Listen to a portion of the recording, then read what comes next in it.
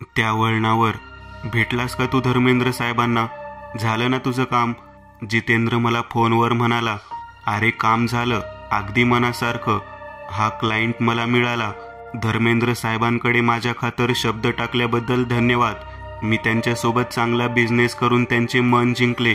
चांगल्या दर्जाचे प्रोडक्ट त्यांना देऊन तू त्यांना माझ्यासाठी दिलेला शब्द सार्थ करून दाखवेन. मी म्हणालो. आता रात्रीचे 8 वाजून गेले होते. हे काम 6 वाजता आटोपणार होते, पण होता होता या ना त्या कारणाने उशीर झाला. मी जितेंद्रच्या शहरात म्हणजे अलकापूरला आलेलो होतो. मागे 2 वेळेस येथे आलो होतो तेव्हा जितेंद्रकडेच मुक्काम केला होता आणि सकाळी माझ्या गावी गेलो होतो. पण आज तो दुसऱ्या गावी गेलेला होता, म्हणून आता कोणत्या तरी हॉटेलमध्ये जेवण करून माझ्या सेकंड हँड कारमध्ये बसून मी रात्रीच माझ्या गावी परतणार होतो. माझ्या व्यवसायाची ही सुरुवातच होती आणि अलकापूरचा हा क्लायंट मिळवायला जितेंद्रची मदत मोलाची ठरली होती. या क्लायंटने जर प्रोडक्टची प्रशंसा केली तर आणखी त्याच्या ओळखीचे लोक मला क्लायंट म्हणून लाभणार होते. जितेंद्रने मला जेवणासाठी स्टेशन जवळच्या एका हॉटेलचे नाव सुचवले आणि सावधगिरीची सूचना सुद्धा केली. किशोर, तुला एक सांगायचे, रात्री गाडी चालवताना सेतूगाव फाटा पार केल्यानंतर थोड्याच वेळात घाटाचा चढाव लागतो आणि त्यावर जे पहिलं धोकादायक वळण लागतं ना, तेथे सावध राहा फक्त, बाकी काही नाही. तेथे थोडं जास्त घनदाट जंगल आहे. आणि सावध म्हणजे ॲक्सिडेंट होईल म्हणून म्हणतोयस ना? नाही रे, मी गाडी रात्रीची हळू चालवेन, काळजी करू नकोस. मी त्याला म्हणालो. अरे तसे नाही, तू तर गाडी काळजीपूर्वक चालवशीलच, मला माहिती आहे, पण मी वेगळ्याच बाबतीत सावध राहा असे सांगतोय. तू विश्वास ठेव अगर नको ठेवूस, पण माझं तुला सांगणं आणि सावध करणं भाग आहे. अरे जितेंद्र, सांग ना, काय नेमकी भानगड आहे ती? ते वळण लागलं की बाजूच्या जंगलातून हिरव्या साडीतील एक स्त्री रस्त्यावर येते आणि आपल्या गाडी समोर येऊन उभी राहते. सगळ्यांनाच नाही, पण काही जणांना असा अनुभव आला आहे. तू फक्त एकच करायचं, गाडी थांबवायची नाही. थांबलास तर संपशील. मी हसायला लागलो, कारण असल्या गोष्टींवर खरं तर माझा विश्वास नव्हता. कारण अशा गाडीसमोर स्त्री येऊन उभ्या राहण्याच्या असंख्य गोष्टी मी कथा, कादंबऱ्या, चित्रपट आणि मालिकांमधून पाहिल्या होत्या. मनोरंजक म्हणून ठीक आहे, पण खऱ्या आयुष्यात असल्या गोष्टींची भीती बाळगायची म्हणजे जरा अतिशयोक्ती होते. पण तरीही त्याच्या समाधानासाठी मी म्हणालो, हो नक्की जितेंद्र, मी योग्य ती काळजी घेईन. ठीक आहे, चल बाय, हॅपी जर्नी आणि बेस्ट लक. जितेंद्रने फोन ठेवला आणि मी हॉटेलच्या रस्त्याला गाडी वळवली. हॉटेल चांगले होते. मी मलाई कोफ्ता आणि तंदुरी रोटी मागवली. दोन्ही पदार्थांची चव खरोखरच सुंदर होती. मी बिल दिले आणि गाडी स्टार्ट केली. सीट बेल्ट बांधला. 9:30 वाजले होते. या शहरात उगाच महागड्या लॉज किंवा हॉटेलमध्ये मुक्काम करून काही साध्य होणार नव्हते. आणि तसेही उद्या मला सकाळी 10 वाजता आणखी एका सरकारी क्लायंटला भेटायचं होतं. तशी त्यांना वेळ दिलेली होती. तो क्लायंट राजकारणी लोकांशी संबंध ठेवून होता. त्याला दिलेली उद्याची वेळ पाळणं आवश्यक होतं.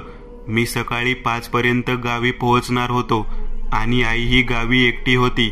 शहराबाहेर पडेपर्यंत 10:30 वाजले होते. आता शहरातील नेहमीची रहदारी मागे पडून हायवेची रहदारी सुरू झाली.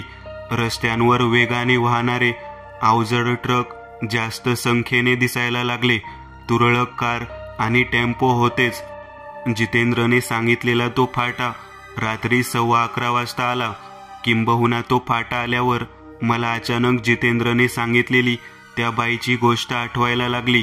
मला मनातल्या मनात हसायला आले, पण कुठेतरी मनातल्या एका कोपऱ्यात थोडीशी भीतीची लहर घर करून बसलेली दिसली. त्या फाट्यावर मी थांबलो. थोडा चहा घेतला. मी बहुधा त्याचं शेवटचं गिराईक होतो. माझं पिऊन झालं की तो दुकान बंद करण्याच्या तयारीत होता.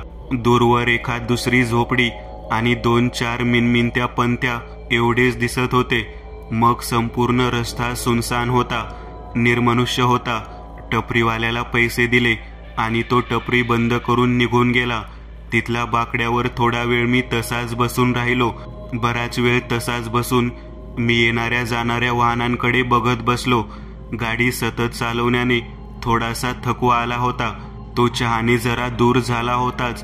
5-1 मिनिटात पुन्हा गाडी सुरू करून पुढच्या प्रवासाला निघू म्हणून मी थोडं तसाच बसलो. आईला रात्रीचं जेवण झाल्यानंतर मी निघतोय, काळजी न करता झोप असे बजावले होते. हायवेवर समोर दूरवरून एक लाइटिंग लावलेला ट्रक मला येताना दिसला आणि का कोण जाणे त्याच्या केबिनमध्ये असलेल्या निळ्या, पिवळ्या, लाल अशा म्युझिकप्रमाणे बदलणाऱ्या लाईट्सच्या प्रकाशात बसलेला ड्रायव्हर मला अतिशय बर्फासारखा आणि झोपलेल्या माणसासारखा थंड आणि काही हालचाल करत नसलेला असा दिसला. त्याचे डोळे उघडे होते आणि त्याने नुसतंच स्टीअरिंग व्हील हातात धरलेलं होतं, पण तो निश्चल बसून होता. तरीही निर्विकारपणे ट्रक आपला पुढे जातच होता. त्याचे हात थोडेसेही हालत नव्हते. थोडं विचित्र वाटत होतं. चला निघू, या ट्रकच्या मागोमाग जाऊ असा विचार करून मी गाडीत बसलो आणि गाडी सुरू केली. वेगाने त्या ट्रकचा पाठलाग करून जवळ जाऊन बघूया नेमका काय प्रकार आहे ते. थोडा टाइमपास सुद्धा होईल आणि जितेंद्रने सांगितलेल्या त्या बाईची भीती सुद्धा कमी होईल. त्याने सांगितलेले ते वळण आता घाटातल्या चढणीवर येणारच आहे. त्या बाईने यदा कदाचित पकडलंच समजा तर आधी ती त्या ट्रक ड्रायव्हरला पकडेल. तिला पाहून घाबरल्याने कदाचित त्या ट्रक ड्रायव्हरमध्ये थोडीशी जान तरी येईल असा विचार करत मी स्वतःशीच हसलो आणि गाडी चालवत राहिलो. मी माझ्या आवडीची गाणी लावली. नाहीतरी व्यवसायानिमित्ताने मला कारमधून रात्री बेरात्री प्रवास करण्याचे प्रसंग येणारच होते. अशा ऐकीव भूतकथांना मी घाबरून घरीच बसून राहिलो तर काय होईल. माझ्या कारचा वेग वाढवून मी आता त्या ट्रकचा पाठलाग करू लागलो. घाट सुरू झाला, चढ सुरू झाला. मी त्या ट्रकच्या सुरक्षित अंतर ठेवा पेक्षाही जवळ गेलो आणि अचानक बघतो तो काय, तो ट्रक ड्रायव्हर अचानक त्याच्या केबिनच्या उजव्या बाजूची खिडकी उघडून तसाच पूर्वीच्याच निर्विकारपणे माझ्याकडे मागे वळून बघायला लागला. बघतच राहिला. त्याचे डोळे वाजवीपेक्षा जास्त मोठे होते. पापण्या न लवता एकसारखा माझ्याकडे तो बघत होता. अरे बापरे, हा एकसारखा मागे पाहतोय. किती भयानक वाटतंय ते. आणि मागे बघता बघता याचा ट्रक कसा काय आपोआप पुढे चाललाय, कसे शक्य आहे हे? हा काय प्रकार घडतोय? मी असा विचार करत असतानाच त्याची मान चेहऱ्यासकट अचानक केबिनमधून खाली लटकून लोंबायला लागली. त्या लटकलेल्या मानेची नजर मात्र माझ्याकडे रोखून पाहत होती. तो निश्चल चेहरा ट्रकच्या हेलकाव्यांबरोबरच हालत होता. डोके दान दान ट्रकच्या बाहेरील भागात सापटले जात होते आणि त्या चेहऱ्याच्या डोक्यातून रक्त यायला लागले होते.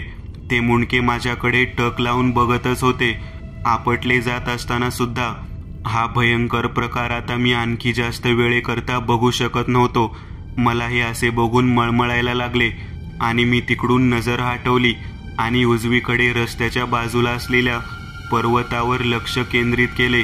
पण तो त्रिकोणी पर्वत मला का कोण जाणे एखाद्या धिप्पाड राक्षसाच्या कापून जमिनीवर ठेवलेल्या मुंडक्यासारखा दिसायला लागला. जितेंद्रने मला सांगितलेले ते वळण आता आलेले होते. वळणाप्रमाणे मी गाडी वळवली. माझ्या आधीचा तो ट्रक मात्र आता वळू न शकल्याने दरीत कोसळला. यापेक्षा ती हिरव्या साडीवाली बाई दिसली असती तर बरं झालं असतं. हा असला विचित्र अभद्र प्रकार तरी बघायला नसता मिळाला असा मी विचार करतो न करतो तोच मला माझ्या गाडीतून मागच्या सीटवरून आवाज आला. अहो मिस्टर, ही काय? मी आहे ना, केव्हापासून बसले तुमच्या गाडीत मागच्या सीटवर. एवढी सुंदर मुलगी मागे बसलेली असताना तुम्ही मात्र बघत बसलाय त्या ट्रक ड्रायव्हरकडे. काय आहे एवढं त्या ट्रक ड्रायव्हरमध्ये? हे ऐकल्यानंतर माझ्या अंगातून जोरदार एक भीतीची लहर पसरली. चेहरा घामेघूम झाला. मी आरशात पाहिले. ती खरंच होती बसलेली मागे सीटवर हिरव्या साडीत. मागे वळून बघण्याची हिम्मत होत नव्हती, पण आरशात ती खूपच सुंदर दिसत होती. आरशात मी बघतच राहिलो. एकदम अलौकिक सौंदर्य, गोलसर चेहरा, काजळ घातलेले मोठे बोलके डोळे आणि फुलपाखराच्या पंखासारख्या भासणाऱ्या पापण्या, धारदार सुंदर नाक, गुलाबाच्या फुलांसारखे नाजूक सुंदर थोडेसे विलग झालेले हसणारे ओठ. कोण आहेस तू? माझ्या गाडीत कशी आलीस? माझी बोबडी वळलेली बघून तिचे आरशात दिसणारे ओठ हसायला लागले. मी गाडी चालवतच होतो, मात्र अजूनही मागे वळून बघायची माझी हिंमत होत नव्हती. आरशातून ती म्हणाली, या वळणावर मला अनेक जण भेटतात, किंवा असे म्हणा ना की मी येथून जाणाऱ्या अनेकांना भेटते. या वळणावर असलेल्या त्या बाजूच्या पर्वतावरच्या घनदाट जंगलात मी राहते, एकटी. झाडाच्या फांद्यांचा पसरट झोका करून मी त्यात झोपून जाते. दिवसा भरपूर झोप घेतली की मग रात्री साधारण 9 वाजता मी उठते. या घाटात या वळणावर काही वर्षांपूर्वी माझा मित्र अभय आणि मी गाडी चालवताना अंदाज चुकल्याने गाडी दरीत कोसळून ठार झालो. मित्राच्या आत्म्याला त्याच्या शरीरातून मुक्ती मिळाली, पण मला नाही. माझे मन आमच्या आयुष्याला वेगळे वळण देणाऱ्या या वळणाला सोडायला तयार होत नव्हते, कारण माझा मित्र आणि मी शेवटचे इथे एकत्र होतो ना, म्हणून. आणि बरं का, तू गाडी चालवत राहा. मी भलत्याच प्रसंगात सापडलो होतो. तिला काय म्हणावे हेही समजत नव्हतं आणि आता काय करावं हेही उमजत नव्हतं. मागे वळून बघण्याची हिंमत होत नव्हती. मी समोर आणि आरशात आळीपाळीने बघत गाडी चालवत राहिलो. त्या वळणावर येणाऱ्या गाड्यांमध्ये जे तरुण मुलं असतात, माझ्या मेलेल्या मित्रासारखे, त्यांच्या गाडीसमोर जाऊन मी उभी राहते. उद्देश हा की त्यांना थांबवून माझ्या सौंदर्याने घायाळ करून त्यांना माझ्या मागे मागे नेऊन जंगलातल्या माझ्या राहत्या झाडावर घेऊन जायचं. मग माझा मित्र समजून मी त्यांच्याशी रात्रभर मनसोक्त प्रेम करते असे म्हणून ती हसायला लागली. मी गाडी चालवत होतो, पण माझ्या लक्षात आता एक गोष्ट यायला लागली. तेच वळण पुन्हा पुन्हा यायला लागलं. म्हणजे मी इतका वेळ गाडी चालवत होतो तरी राहून राहून तिथेच पुन्हा पुन्हा येत होतो. चकवा बसला होता मला. ती मात्र बोलतच होती. आज अमावस्या. कधीतरी अशाच एका अमावस्येला आमचा अपघात झाला होता. आमच्यासारख्यांना अमावस्येला जास्ती ताकद मिळते आणि मला एक बळी तरी लागतोच. मी दर अमावस्येला त्या जंगलातून बाहेर पडून बळी शोधत आसपास जाते. आजही आले होते. मी फक्त ऐकत होतो, गाडी चालवत होतो. गाडी पुन्हा पुन्हा त्याच मार्गावरून पुढे जात होती. तिचे ऐकत राहण्या वाचून पर्याय नव्हता. फिरता फिरता तू चहा पिताना दिसलास त्या टपरीवर. माझ्या अंगावर शहारे आले. म्हणजे मी चहा पित होतो तिथे ही सुद्धा होती. तू मला आवडलास. आजपर्यंत माझ्या जाळ्यात अडकलेल्या सगळ्यांपेक्षा तू मला जास्त आवडलास. पण तू त्या कोणत्या तरी ट्रक ड्रायव्हरकडे बघत होतास. मी तुला मिळवण्यासाठी बेभान झाले. मग मी त्या ट्रक ड्रायव्हरमध्ये शिरले आणि त्याच्या मेंदूतल्या नसेवर आतमधून दणका दिला. तसा तो बसल्या बसल्या मेला. मग मी त्याच्या आतमधून त्याचा ट्रक चालवत राहिले, जेणेकरून ते बघून तू भारावल्यासारखा ट्रकच्या मागे येशील आणि ट्रक ड्रायव्हरच्या रूपाने मला एक बळी सुद्धा मिळाला. तू आलास आणि काही वेळाने मी त्या ड्रायव्हरमधून बाहेर निघाले, म्हणून त्याची मान खाली लटकली. मग तुझ्या गाडीत येऊन बसले.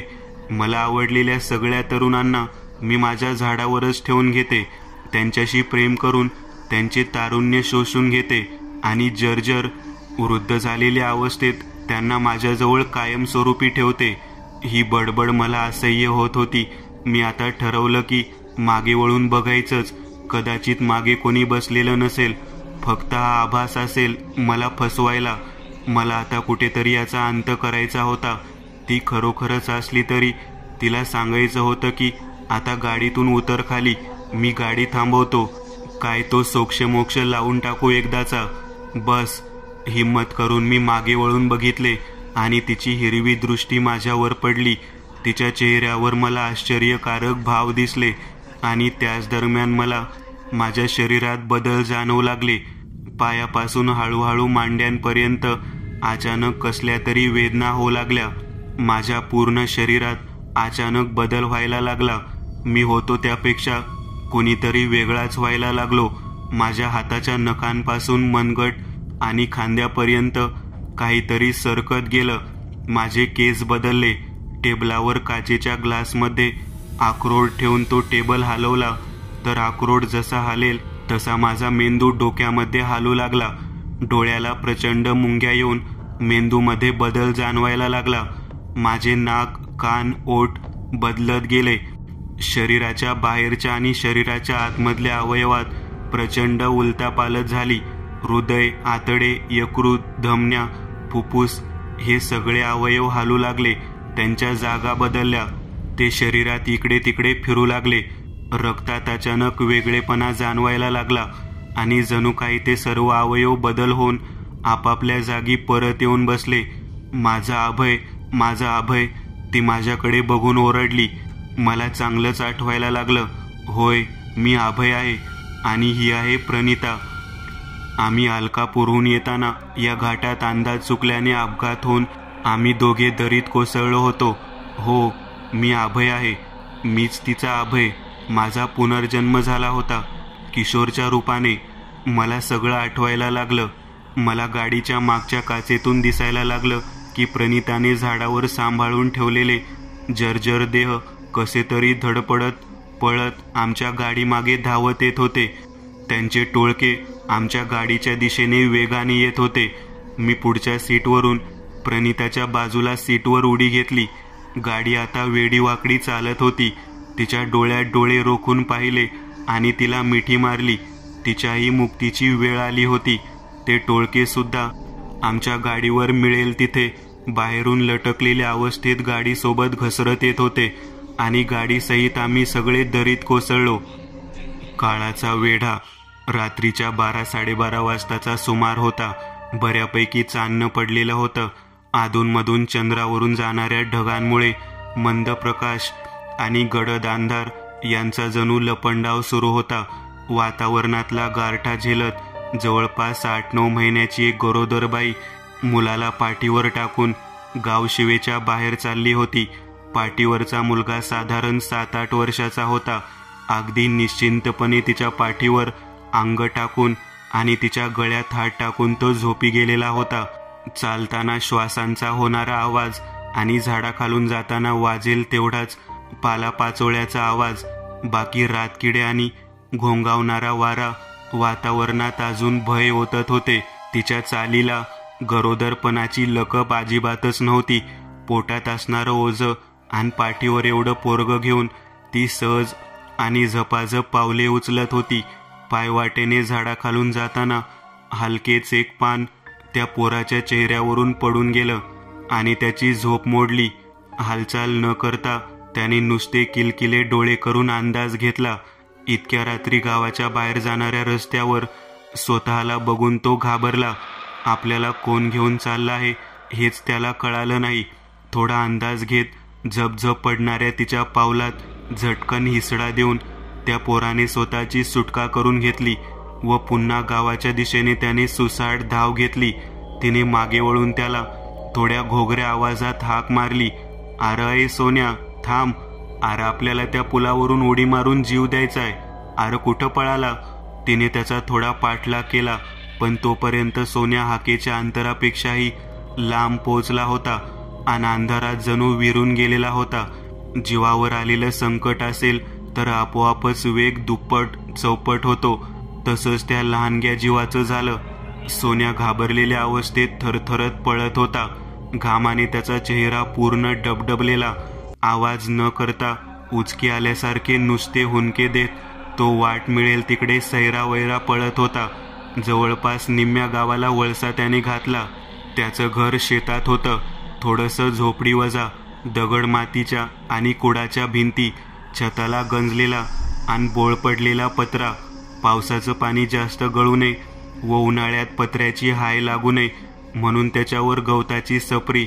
घराच्या चारी बाजूला गवताची सपरी होती. माळा होता. त्यावर वैरण काडी आणि फाटकुटं होतं.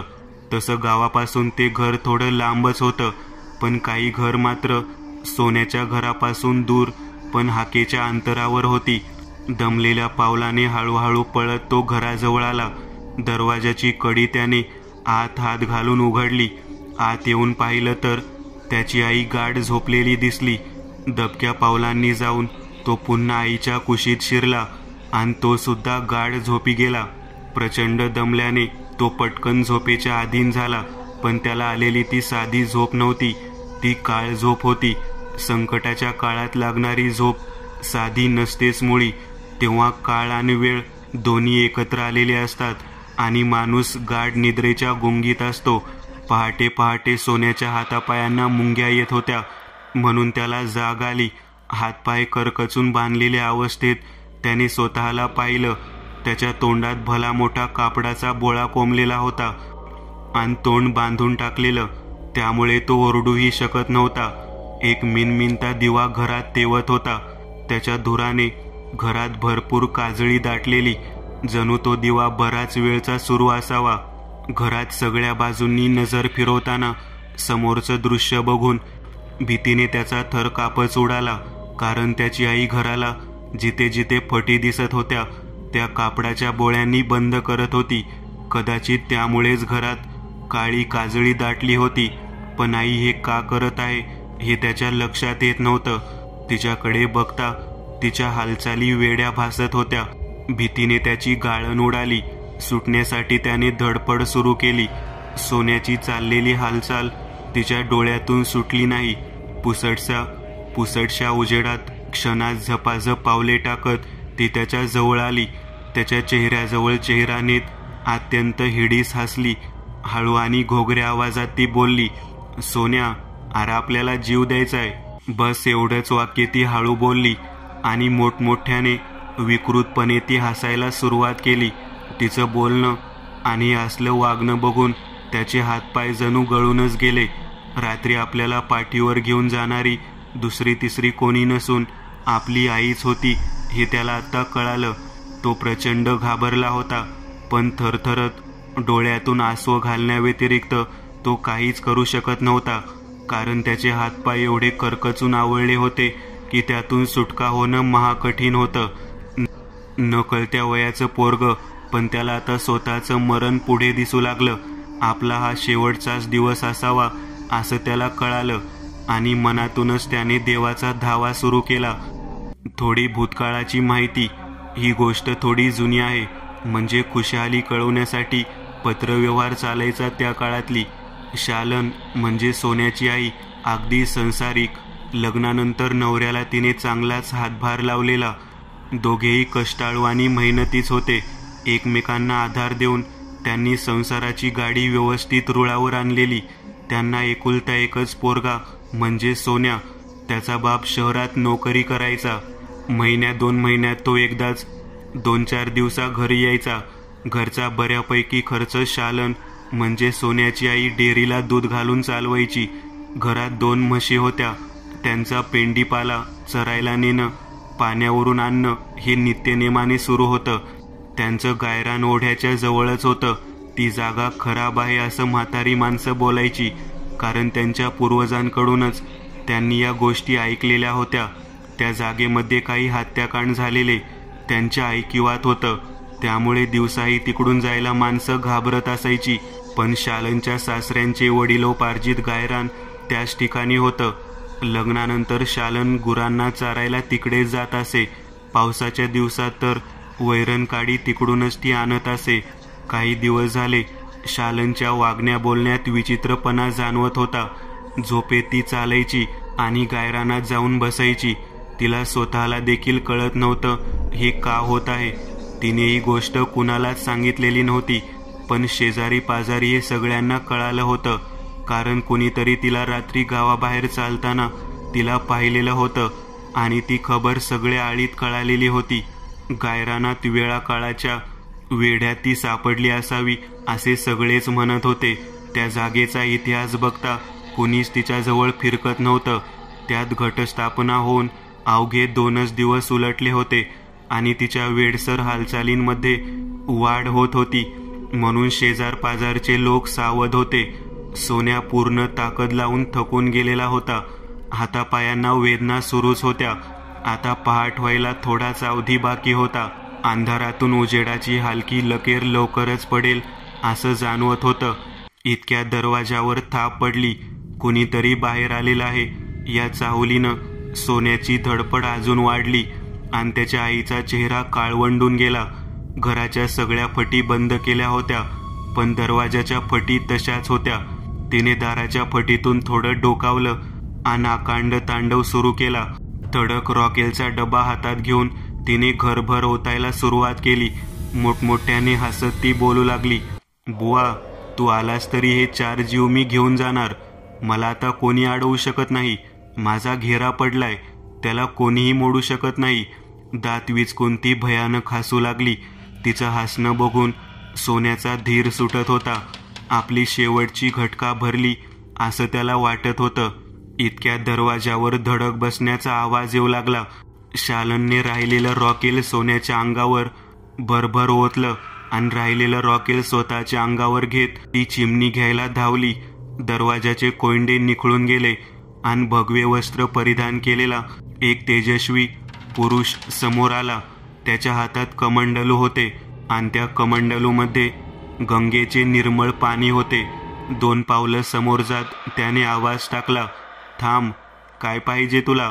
हिडीस दात विचकत काहीशा घोगऱ्या आवाजात आणि घुमत ती बोलू लागली, मी हे 4ही जीव घेऊन जाणार. ह्यो कवळा पोरगा, ही शालन आणि हिच्या पोटात वाढलेलं कवळं जूळ. तुझ्याकडं अजून वेळ आहे बुवा स्वतःचा जीव वाचवायला. तेव्हा पळ इथून, नाहीतर तुला बी सुटका नाही. आज माझ्यामध्ये देव सुद्धा येऊ शकत नाही. डोळ्यांच्या बावल्या फिरवत ती घुमत बोलत होती. बोलण्यात तिला गुंतवून ठेवत बुवा सोन्याकडे हलक्या पावली सरकत होता. तुझी शक्ती माझ्यापेक्षा कित्येक पटीने जास्त आहे हे मी जाणतो, पण तिच्या पोटात वाढणाऱ्या निष्पाप जीवांना सोडून द्यावंस असं मला वाटतं. शिकार मिळाल्याच्या आनंदात ती पुरुषी आवाजाने बोलू लागली, मला त्यांचा जीव पाहिजे, त्यांनाच मारायचंय. तिला माझ्या घेऱ्यातून कोणीच सोडू शकत नाही. मला मारताना मारेकऱ्यांनी माझ्या पोराबाळाचा विचार केला नव्हता. आज मी बी तेच करणार. तुझ्या मंत्रजापाचा आज काही फायदा होणार नाही. मी हे सगळे जीव घेऊन जाणार. असं म्हणून ती मोठमोठ्याने गडगडाटी हास्य करत मिनमिन ती चिमणी उचलली. बुवाने विजेच्या वेगाने कमंडलूतील पाणी हातात घेऊन तिच्या दिशेने भिरकावले आणि मंत्रजपाला सुरुवात केली. त्या निर्मळ पाण्याने जणू तिचे अंग पोळून निघाले. काचेच्या बाटलीपासून बनवलेली चिमणी तिच्या हातून निसटली आणि क्षणात भडका उडाला. तिने पूर्णपणे पेट घेतला.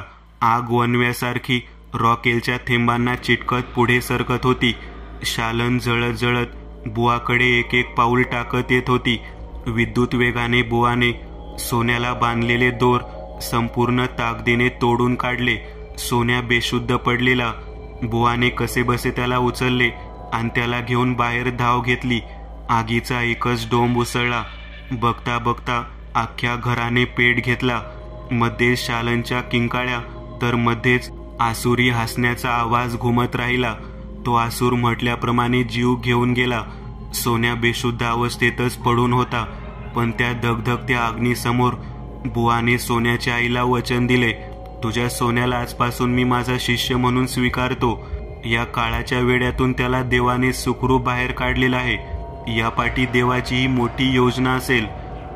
भविष्यात हाच सोन्या तुझ्या आणि त्याच्या भावांच्या मृत्यूचा बदला घेईल. असे म्हणत बुवाने शालनच्या आत्म्याला श्रद्धांजली वाहिली आणि सोन्याला घेऊन तेथून तो निघून गेला.